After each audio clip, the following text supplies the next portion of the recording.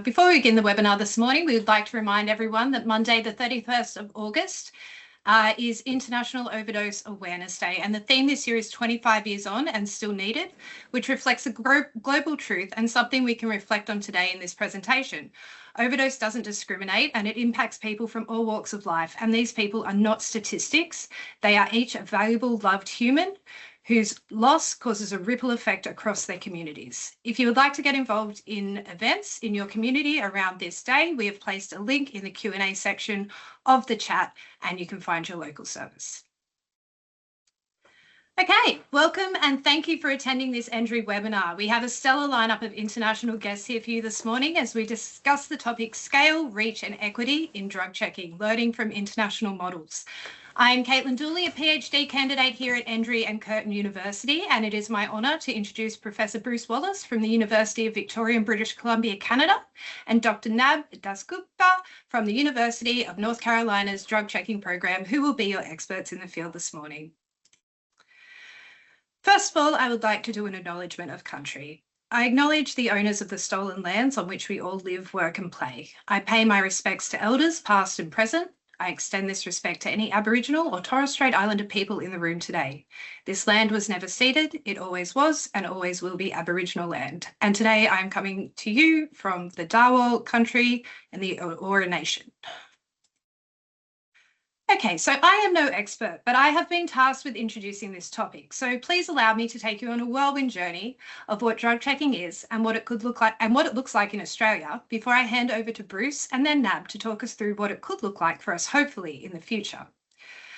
Drug checking, what is it? Well, I would assume many of you in this room have an idea, but let's go all in on a definition for academic posterity.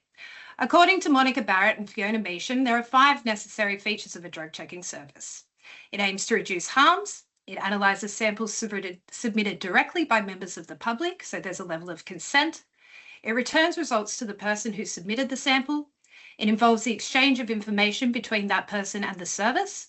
And it includes some kind of tailored intervention with the service used, not just a result handed over with no context. Now you'll see that that is in a different colour, and that's because that point is often the point of contention when it comes to defining these services. Some services will provide a generic harm reduction intervention, not necessarily tailored. Some services won't provide any information at all, but we'll just push through with that definition.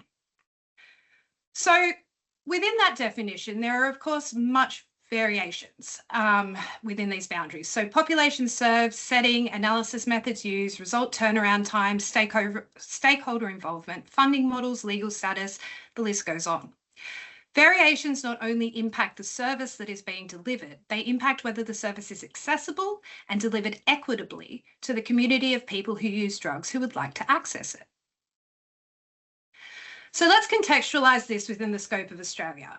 First, let's remind ourselves of a few facts about this stolen land on which we exist today. It's a huge island, and geographically, population centres are gathered primarily around the eastern and western seaboards. Here's some fun facts about Australian drug policy. So drug policy is delegated to the states with an overarching national drug strategy, which is currently due for review.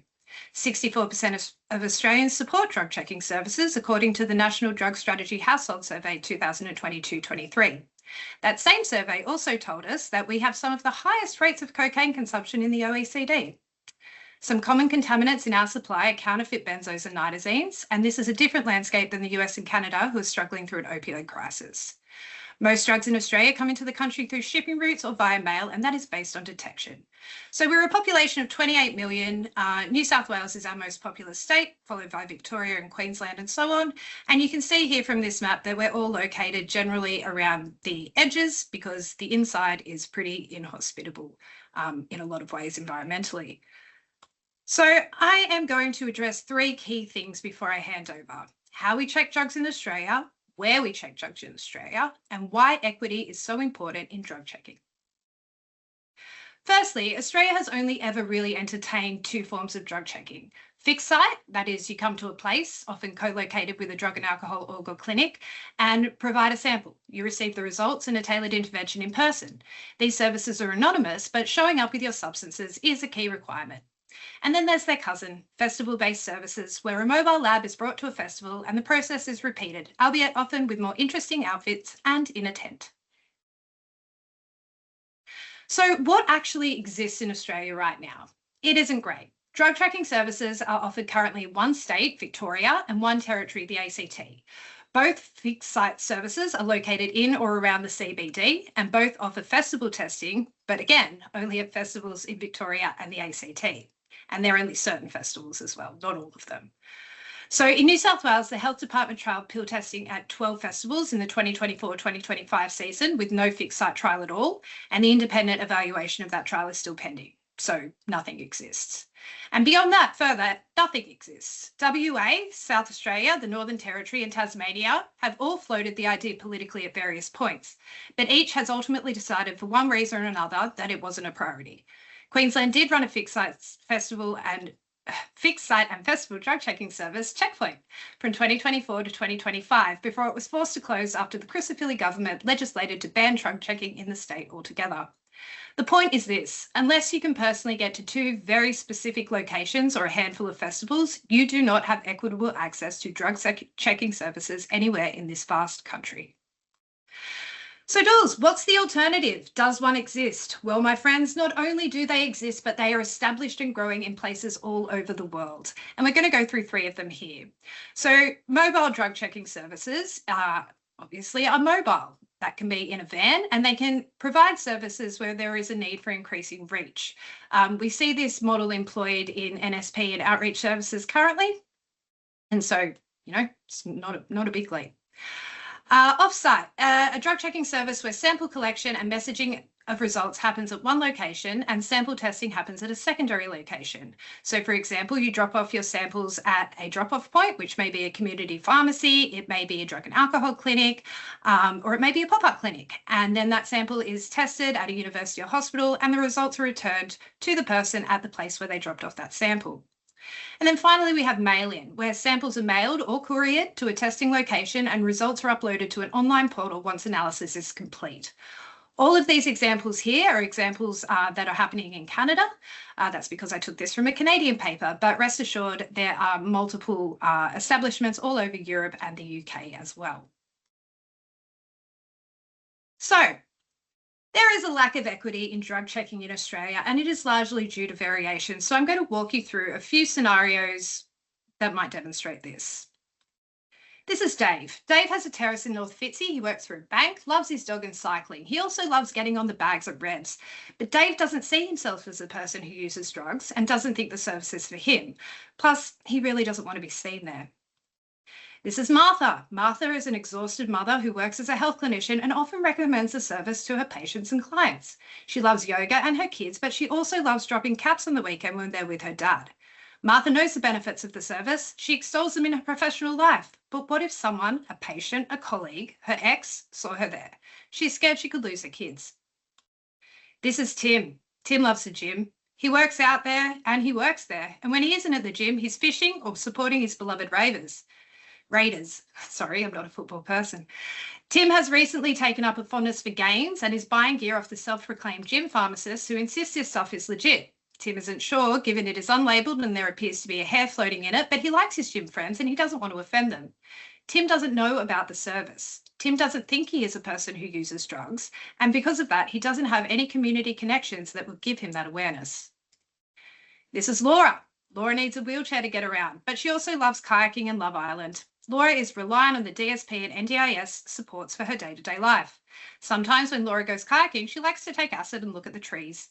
She knows she should get her stuff tested and the service exists, but to get there from her home in regional Victoria, she would need to ask her carer, which would mean disclosure, which makes Laura nervous about having her supports taken away if she was seen or reported using the service or drugs in general.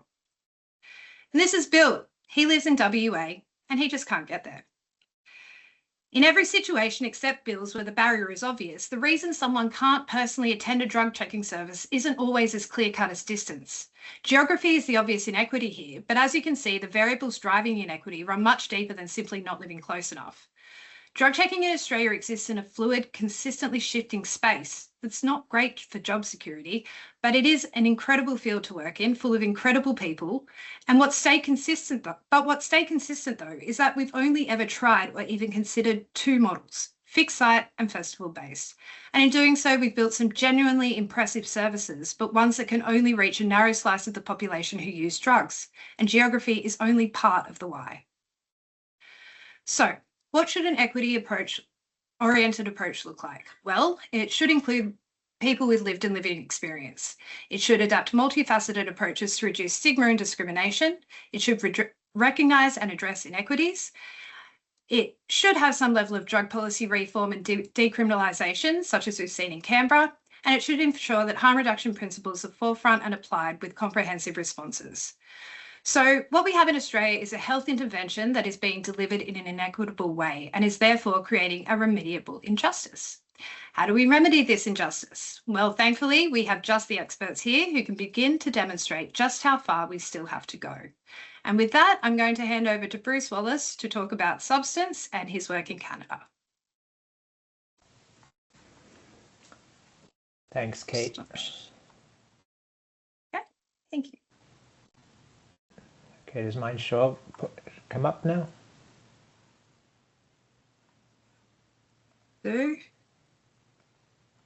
Okay, I'll do my screen then. I thought it was going to just pop up again. We should be so lucky. Looks like it's loading now. There we go. That's it. Well done. Take us away, Bruce. Okay, thanks. Thanks for having me. My name is Bruce Wallace. I'm presenting on behalf of my collaborator, Dennis Hoare, and the substance team, and we're at the University of Victoria in Canada. I'm just getting a handle on my screen here.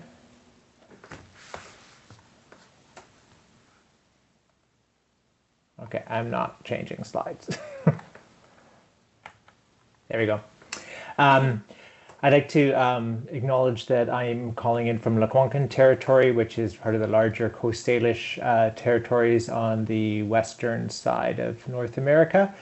And as part of our commitment to decolonization, it's actually really relevant to this talk because we are working towards how to do decolonize Indigenous-centered drug checking service models with some leadership on our project from Sarah Littlechild and Jen Lavallee.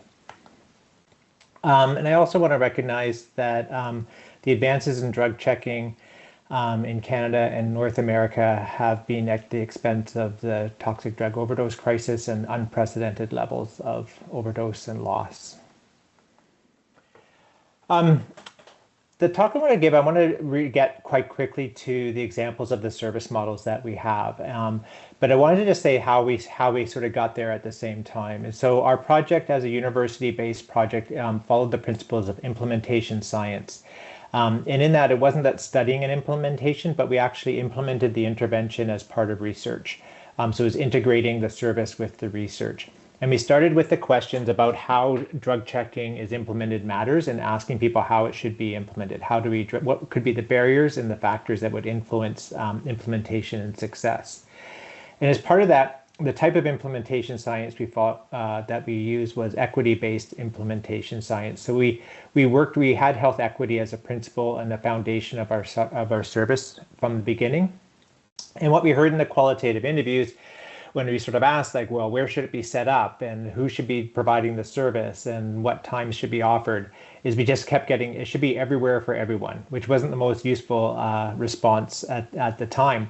But so what we did is we started looking at another health equity position around proportionate universalism to basically say, yes, it should be available to everybody, but at the same time, we need different service models that are tailored to reach different populations and people who might be facing greater risk and harms or more barriers. And so we looked at what those barriers are, and we started looking at what could be the implementation strategies to address those barriers. And then following what Cait was saying around the Michael Marmot slide, also, the part of health equity is not just looking at behavioral change and individual interventions or behavioral modification, but what is the health equity principles that would define what the possible impacts of drug checking could be and how we should evaluate the success of it. So looking at what could be the role of drug checking beyond telling a person what their drug is, what could it have on the market, on the community, or on policy, and how we have an actual obligation in health equity to have those parts of our service. And we heard that really clear from people who were saying, like, if you start implementing drug checking, we think it could do these things, or we would hope that you try to do these things. So that's the foundation that we sort of based our project on when we started it. And so now I want to go into what the service models are that we try to enhance scale and reach. So the first one is our storefront. And so this is probably the one that's most like for everyone, everywhere in some ways. Is for everyone in that we try to make this storefront. It's very deliberate. I often say this is what anti-drug stigma looks like. It's a storefront where with cafes, thrift stores, bars, hardware stores on this block. And this is where people can bring their drugs to get tested also. So it's an open door and free service, confidential, run every day of the week. But it also is one door. So it's really restrictive. You actually have to be there. You have to be able to walk in the door to get it. But this is our main service hub. And I'll talk about the hub and spokes model.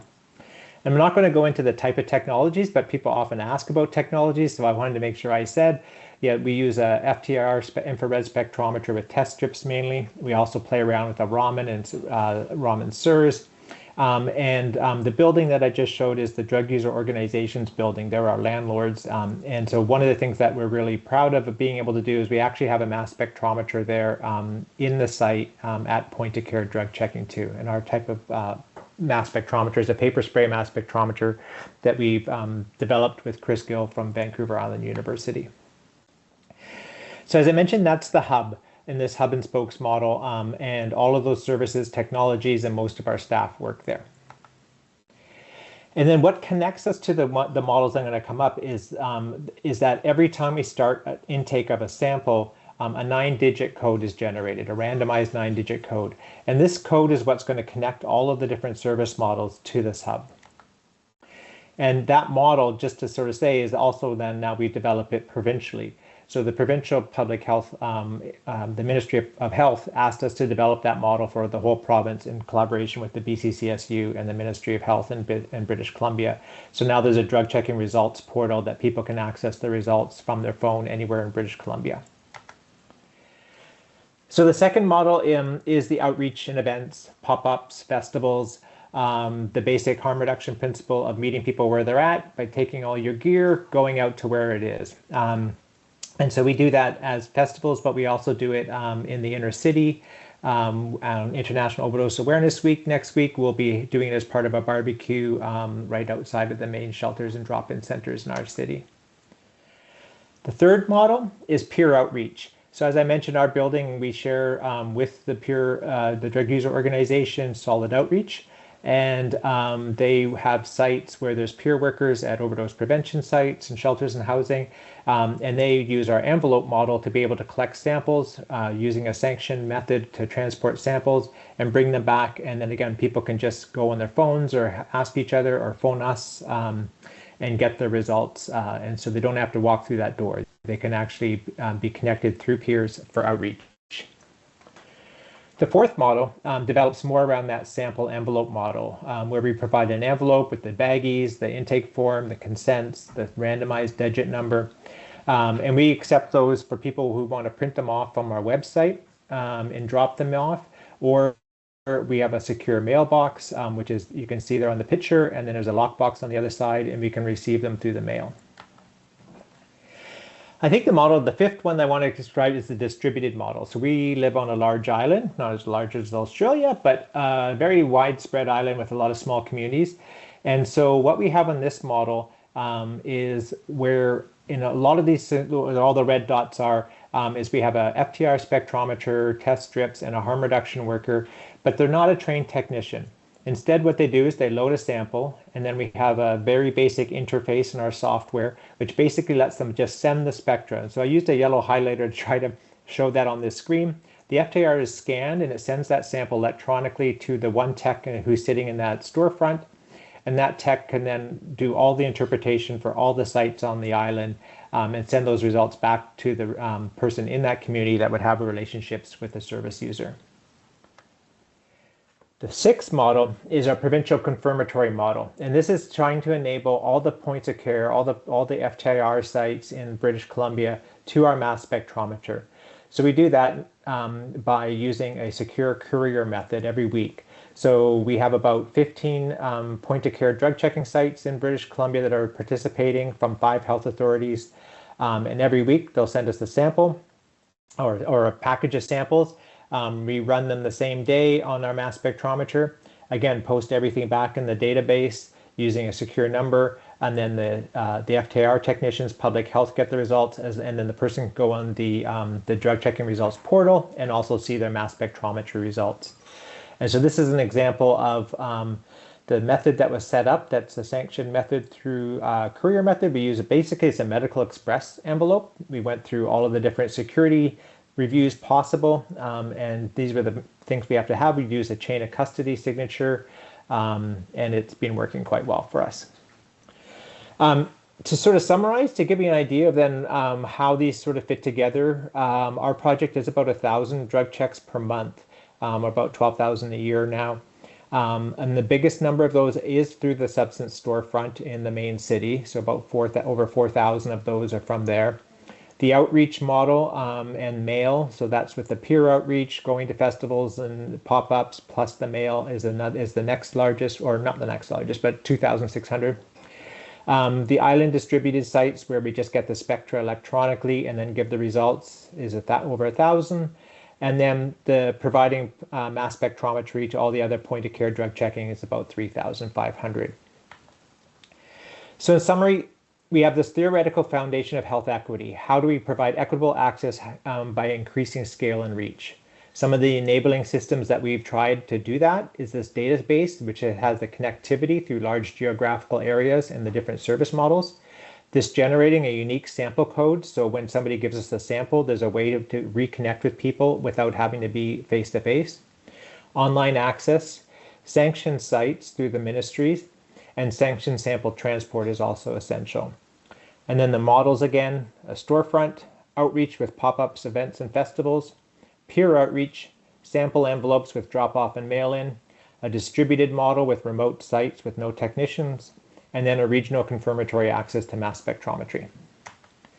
So that's a run through of how we're trying to do it over here, and look forward to your questions. Awesome. Thank you so much, Bruce. That was really rad. And I just realized I didn't have my mic on mute for any of that. So I hope I didn't make any noise. Thank you. That was really cool. And I've read a lot of your papers. And I really love it. So yep, that was a great presentation, and we'll get to questions after this. But right now, let's get into Nab's presentation. Nab is from the University of North Carolina and is going to tell us how we managed to do this in the US, which is no small feat, I imagine. Take it away, Nab. Thank you so much. And it's always great to present after Bruce, because I think what you will see in my presentation is a lot of convergent validity, a lot of similar concepts being applied in similar ways, which I think speaks well for a commonality of experience here. Just to be upfront about disclosures, we don't accept industry funding, including from drug checking equipment manufacturers or pharmaceutical companies. And we're funded mostly by nonprofits, some state government, some federal government, and we operate as a fee-for-service, which is free or at cost. And like Bruce said, also, we are in a period of overdose decline in the United States. We've dropped about 40% from peak, but we are still losing way too many people we love, to the tune of 70,000 people per year. So there is a lot of work that remains to be done. So by introduction, I work at the Opioid Data Lab, which is a collaboration between the University of North Carolina and the University of Kentucky, both states and state schools in the southeastern part of the United States. At the Opioid Data Lab, our projects are divided into 3 categories: theory, practice, and lived experience. The theory projects are foundational research studies looking at biostatistics, epi methods, pharmacology, receptor binding studies. The practice projects are research studies mostly that look at the practice of pharmacy, of medicine, and how we count overdose deaths. And then the lived experience studies, which includes the drug checking, are really intended to be driven by community questions. Collectively, our approach is different when it comes to the lived experience studies and the drug checking service. We think of it as science and service. We're here not to do research. We're here to provide a public service of a public university. I'll point out that festival-based drug checking has been around in the United States since about 1975. There was a music festival called Woodstock, which I think is a cultural touch point. And there was the next biggest festival. They're bragging in this scientific paper that their party was bigger than Woodstock. And this is the first known festival-based drug checking, machine-based drug checking in the United States. What we saw back then is what we are still seeing now: replacement of organic substances like mescaline with synthetics like LSD. And so in a lot of ways, we're standing on the shoulders of giants. Erowid and drugsdata.org have been doing this work in the United States for decades before we came along.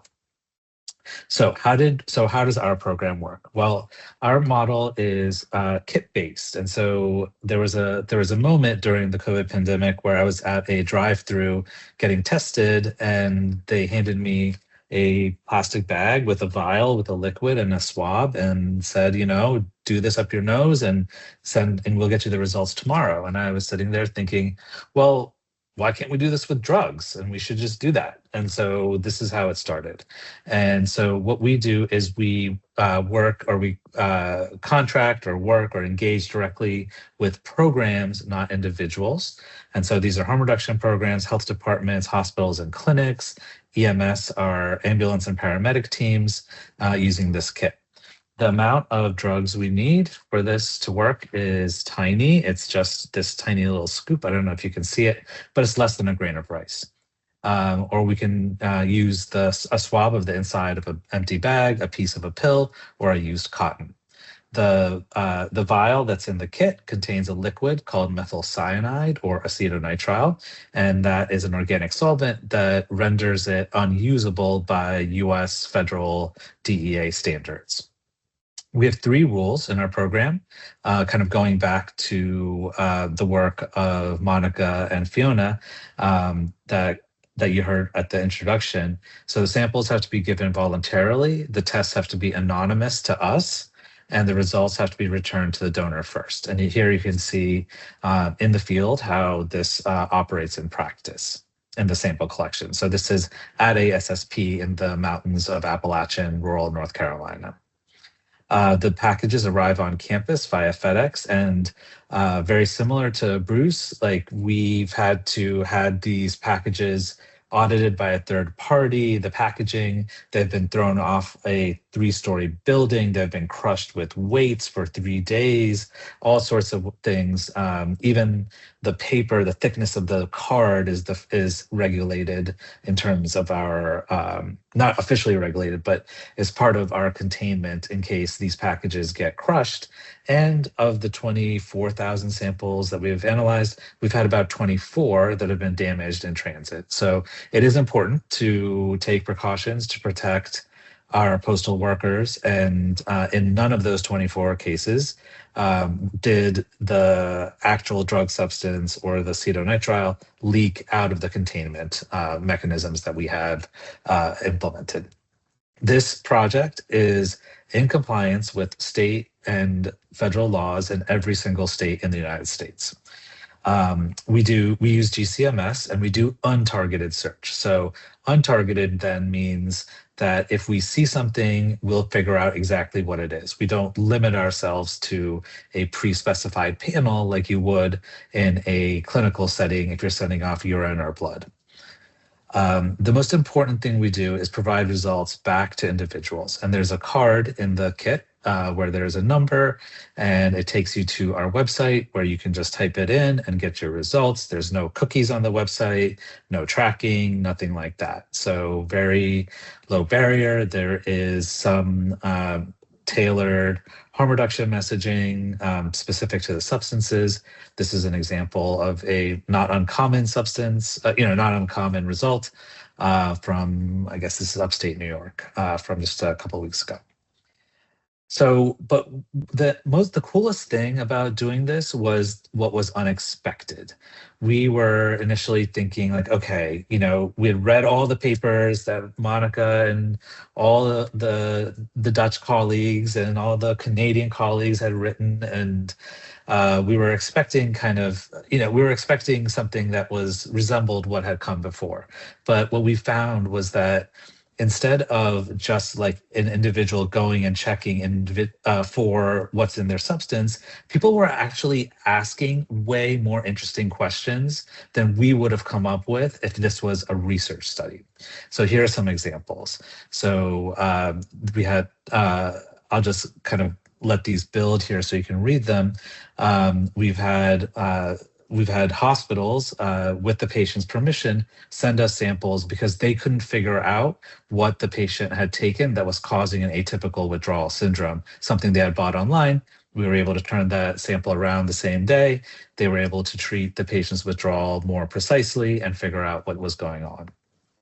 Another example of so we tried to not impose rules on how the kits can be used. We wanted this technology to be liberated so people can bring their own questions and their own experiences and their own needs, and we are just here to provide the service of what is in there. So people designed their own experiments in ways that we kind of didn't expect, and afterwards it's kind of like, duh, all right, that's obviously a good use of this. So for example, test strips have changed from batch to batch, manufacturer to manufacturer, and many programs use our service as the GCMS gold standard to evaluate how accurate that batch of test strips are. These are some other examples.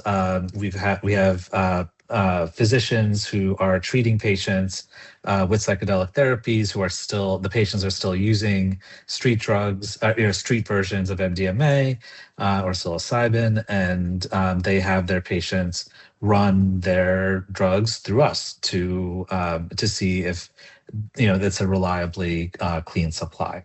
We also get questions like, what killed my husband? And these are way more challenging than we ever thought we would have to deal with, where a widow will come to us and say, here's my husband's pipe. He only smoked meth. Why are they saying he died of a fentanyl overdose? It takes 8 months for the coronial investigation. I want closure in the meantime. I want to know what happened. So we are able to provide that kind of relief for that individual. So this kind of expands the concept of what drug checking can do. And I think none of these questions were things that we came up with ahead of time. And I think that is really the coolest part of this.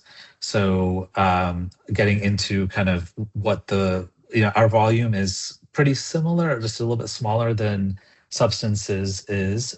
We've analyzed about 24,000 samples to date over the last 4+ years. We serve 211 harm reduction programs in 44 states, including 67 FTIR drug checking services. And you can see one of those locally here in North Carolina. We've identified 539 unique substances in the drug supply, and comparing our substance detections to the University of Victoria's substance detections, we've come up with like a list of about 700 unique substances between the two programs that have been detected. So this gives you a sense of the scale. To give you a kind of very concrete feel of how complicated this is, these are the new detections from the last year or so that have shown up month by month. And you'll notice things like last month we saw misoprostol, which is one of the drugs that is used to induce abortions. So in states where abortions are becoming illegal, people are buying these abortion medications online and are using them and want to know if they are actually what they are, whether they're actually real or not. Same with GLP-1s, same with places with gender reassignment, kind of restrictions on that. We see a lot of increase in and hormones also coming through our service. So this gives you a sense of the complexity that we're dealing with on a daily basis. There are data patterns that we can see. These won't make much, these won't be very meaningful to y'all, but this is like if we divide the country US into 4 kind of quadrants, you can see, I'll just flip through these kind of, distributions of different substances in different areas and with different kind of health implications. But again, like not to delve into the details, but just to take a look at kind of what this looks like in practice. All right, so how did we scale up? Well, we started with a grant and we were originally going to do 6 sites and 800 samples. And the service had so much demand that we decided to just keep going with it. And we didn't ask permission from our university. And the way that our university administrators found out was that there was a full page article in the New York Times about our drug testing service. And this was how our university administrators found out, including our lawyers. And they said, you need to come talk to us on Monday. And we did. And it took us a year to work out all the details, but now they're cool with it and are very supportive of this project. To give you a sense of our volume, we're about 2,000 samples per calendar quarter at the current moment. So the important thing here is we did not ask permission to do this. We saw gray areas in the law. We went and once we were engaged with the University General Counsel's office, went through state by state to make sure that what we were doing, which we thought was going to be legal, was actually legit. I think in closing, I want to just very briefly kind of leave you with the 2 questions that I think really drive our understanding of what we are changing out there. So one is, can this help change behavior, and who needs to know first? I'll tell you a very brief story. Up on the top is Dalton Barrett. He is a paramedic in a rural part of North Carolina that is far away from any major city. He collects samples when he does wound care at people's houses, and he has been doing drug checking with us for a few years now. On the right, you see Christina, and I'll just read you what she says. She says, she gave me his number. I called him and he came. I was still heavily selling and using, and I would have him come test my drugs for what I was putting into my body and what I was selling other people to put in their body. When Piscopo learned what was in the drugs she was consuming and selling, she says, I was just amazed. I was like, holy shit, it's almost pure xylazine, an adulterant, no dope in it. She then stopped selling and she was soon ready to give it up herself. And she's been drug-free for more than a year and a half. So that kind of encapsulates like putting our services in rural areas and having mail-in as a viable alternative that can get to places where traditional fixed site settings cannot. So this is our team, some of our team, and we have a newsletter if you would care to join along with us, and happy to take questions. Amazing. Thank you so much, Nab. Those presentations were excellent. I learned so much stuff. I made lots of notes. We did have a couple of questions set up to facilitate the conversation, but I'm just wondering if anybody in the chat has any questions first that they would like to ask before we go into these, or if you're still percolating on those. We can. So there's nothing currently in the chat. But please currently in the put chat. things in the chat, folks. Please do put things in the chat because, this is a very unique opportunity to talk to people in very unique situations that are very different from ours. So look, Nab, you spoke about some of those unique ways that this postal or multimodal service was able to facilitate different things. And I think, it blew my mind as to, the different areas in which this can go into and the different people that this can impact and the reasons why people would access this service. So Bruce, did you have anything that you could talk us through about some typical or not so typical cases like Nab did for your postal service that might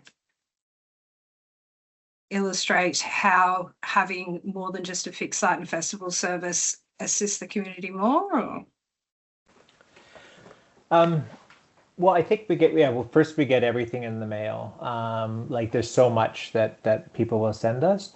And I think like some of the value, first of all, for the point of care site. So similar to what Nab's describing, where the sample has been gone through a point of care, is we're not just providing that result back to the person who provided the sample, but it's also if the technician gets to learn from the mass spectrometry results also. They get to see that trace level detection.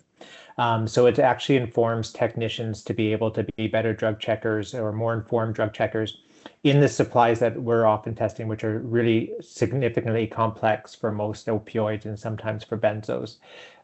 So it offers those sort of other benefits. And I think, as Nab said, like a lot of this wasn't planned. Like this is learning as you go. And so again, I think that's why this talk is really useful, because I feel like that learning, it's really useful to come with some theories, with some practices. So like if it is around scale and reach and health equity, or as also Nab talked about like citizen science, and also he has, the UNC program's data justice approach is really so fundamental to the sharing and the access to data. So I think it is about how do we develop these models comes from making sure that we are really, really intentional in those designs. Because if we just try to figure out how to implement these things, these services within the drug laws, within prohibition, criminalization, and stigma, they're going to be super limited. Yeah, that's a really interesting point. And I guess that follows then, how have you dealt with operating in systems of stigma and oppression in, I guess, the sense of the US? I know when I spoke to you, Nab, I was really, really surprised at how supportive the community is on this when you've got a national sort of perspective, which is very regimented, and, drug checking has sort of been shut down at a national level. So yeah, I guess an interesting thing would be to sort of talk us through how you get around all of those roadblocks, because it just feels like roadblock after roadblock after roadblock, and it's all coming from all the way at the top, I actually, we live in a conservative state, and our in-state support has been exclusively from the Republicans, the Conservative Party, and not from the Democrats, and so from the legislative side. And then even though there is rhetoric on this national level, I've also been invited to be part of the White House's Emerging Drug Threats Committee. So we're, it's a careful dance of what we disclose in those settings, but it's also, I think there's such a need. The drug supply is so fucked up right now in the United States, and people realize it, that this model just makes a lot of sense to people. And like, I don't know, we don't face, like, we're not facing heat for doing what we're doing.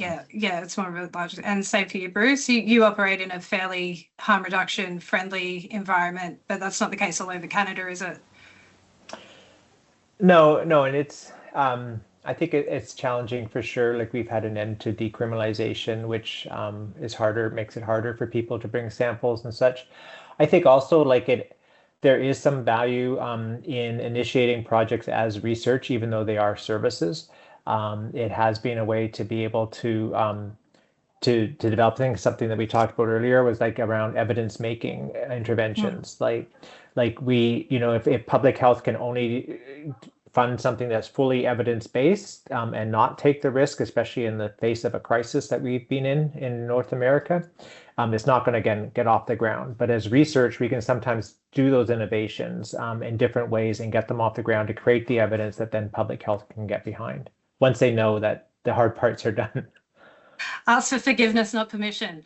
I'm just going to check the chat. Okay, so we have some questions finally. I can stop monopolizing your time. I'm sorry. I am really interested in this. Let me have a look. So are the testing results linked to an alert system for peers, community, or clinicians? I'll start on this. And yeah, Nab, go for it. Sorry, I probably should have been like, Nab, you take us away. No, because I feel very strongly about this. We believe that the alerts are most effective and should be issued by the local organizations that we're working with. It is not our place to issue alerts. And sometimes, programs will have their own ways in which they want to communicate. And some will send out mass text messages, some will put on Facebook posts, some will write it on a dry erase board in the drop-in center. And that kind of local trust and local context is really important. And we'll, if we see a new substance, we'll, drop them an email and say, hey, there's something, unusually strong about this sample that you sent in, like maybe you want to take a closer look, things like that. We also have data reports that run every night that show general patterns and trends. But in terms of alerts, and I think this is returning power back to the harm reduction programs. And if the harm reduction programs choose to share that information with clinicians and their health departments, that's up to them. It's not something that we, dictate that they do. And what about you, Bruce? Because you operate in a bit of a different space to Nab, who's at the university, sort of doing the analysis and stuff from a substance sort of perspective. How do you sit? Yeah, we're also in a position where we do not issue alerts. We feel like they really risk feeding into the drug scare mentality of drug alerts, and sort of focus on the novel and the exception rather than the systematic risk and just the whole supply risk. So we focus as much as possible on providing as much information as possible and then as much knowledge creation.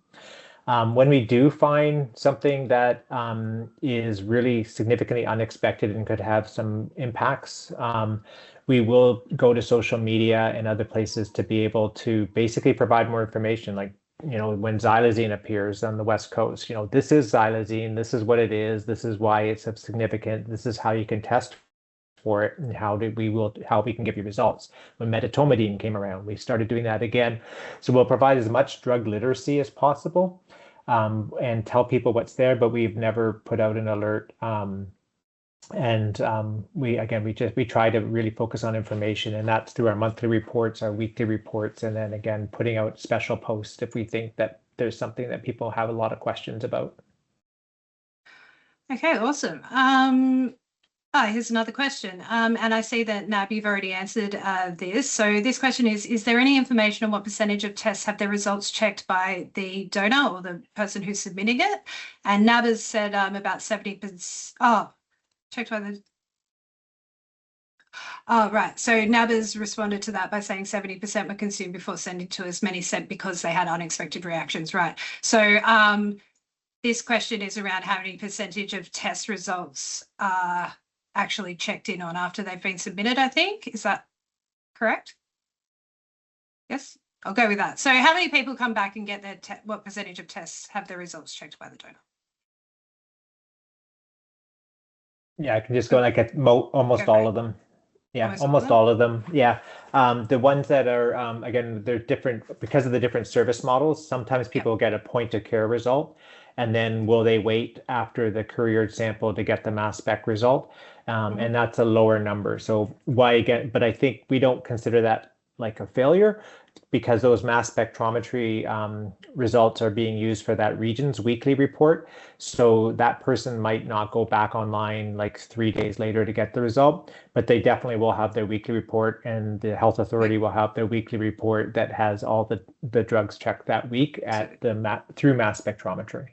So they're contributing to a larger data set if they're not only sort of checking them themselves, is sort of the answer to that. So and again, in the citizen science sort of thing, again, like you often hear that in point of care. People will say like, well, no, I trust my dealer, but I'll do this for science. yeah, we get that a lot too for science. So now that was an interesting point you had, and I think the two questions are a little slightly different. So do you have people, the majority of people that come to your services, both of you, so Nab said it's about 70%, they've previously consumed a substance and they're bringing it because they've had a reaction that is different. Do you find people proactively check or reactively check in both of your different areas? I mean, I think a lot of it is reactive because people, like, I think it's the populations we're working with, there's a lot of transiency, people lose the cards, people may have to disappear for whatever reason. And so having the programs that we work with be able to be the repository of that information, maybe they will come back 6 months later and say, oh, whatever happened with that. But I think, that was one of the things that surprised us was on the card, there's a section that asks for sensations that were associated with that sample. And about 70% of the time that's filled in, meaning that someone has, they've already taken it. And so I think that's a little bit different than maybe what we were expecting from kind of previous drug checking programs around the world. But I think the other fascinating thing that's really happened is that we've seen drug user unions come together to answer one specific question about their drug supply. Like, is there fentanyl in the black tar? Is there, can you use black lights to identify the adulterants or whatever rumor is going around? And the drug user unions could be a collective of, 10 people who use drugs, who have an interest in health. They will systematically collect samples. We will give them back the results like we would for anybody else. They'll call us and say, thank you for doing this. And then they will disband, or they will not be in touch with us for, another year. And then they'll come back and say, okay, we have another question we answered, and here's the situation. We're going to send you samples. And so it's very flexible. But I think the idea that every person is going to test every sample every time is not realistic for our model, at least. Yeah. Bruce, did you have anything for that? Yeah, like checking drugs pre-consumption is just one part of the service model. And one of the ones we find interesting is because we have about 6 questions, and 2 of them are like, has anyone tried this? Has anyone used this sample before? And if they say yes, we ask, is there anything notable? Was it stronger, weaker, about the, as expected, any adverse effects? A lot of people say it's been tried and it's as expected, but they still want to test it. And partly it is, again, this drug knowledge, like to know, like, what was that fentanyl concentration? Was that like 11% fentanyl concentration? Like, what is it that I'm actually like that works or doesn't work? Was there benzos in, like, I was really down. I used that in, like, I was knocked out. Was it because of the benzos or because it was really high fentanyl? Like, those sort of bodily questions are coming up so people can actually navigate the complexities of the market and all the unpredictable parts. And so we think it really has a really significant function post-consumption also. So in deciding to implement drug checking, I think it is really limiting to think that any time delay would make it then not an effective service. Like, it can be the effective service post-consumption also.